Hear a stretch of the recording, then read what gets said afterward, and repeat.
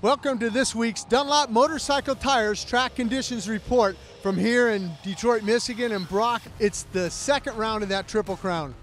Oh, it's going to be we're having 6 main events, and it's going to be bar to bar, no question about it. But it's a little different than the normal one main event format, but looking forward to it. I mean, the mechanics are getting the bikes already. They're building their backup bikes, getting their spares just in case they need it. So it's going to be exciting racing. We're here, it's press day. We got a chance to see some of the guys riding. I'm seeing a lot of ruts starting to develop, but more so on the landings of some of the jumps. And some of the jumps, when they're landing, they're wanting to get into the corner left-hander and they're cross-rutting a little bit. Yeah, it is a little different. I mean, most of the time we're talking about ruts. We're really usually talking about maybe in the whoops, but particularly the jump faces on the takeoffs. But here, for some reason, there's a lot of ruts in the landing zones, as you mentioned. At the finish line, we saw a lot of them, and the riders are trying to set up for the corners. And as you mentioned, you land in a big rut like that, it can either stop the bike or you can cross rut by landing in 2 ruts at once. So hopefully the dirt being inside the dome here at the Ford field will dry it out a little bit, firm it up, and track crew will certainly try to groom it. I'm hoping it firms up more than we saw today. Also, the start a little bit shorter than we've seen in years past here in Ford Field, and it's a little bit of an angle when you get into that first turn.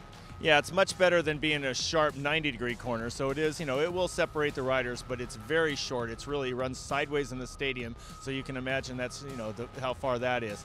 But and then another nice option too. We do have a split lane here, so you're going to see riders taking one or the other lane, and then at that point they can't cross over. So hopefully that's going to be a good passing opportunity. We'll see some good races.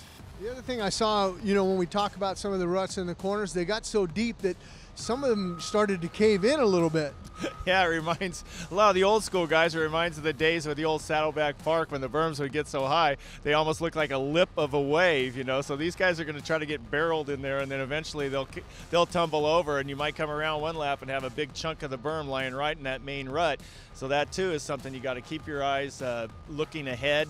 I think it's important for the riders to try to look up and spot the line they're going to take in advance, and if they see that berm is crumbled, then they might want to try some sort of alternate line.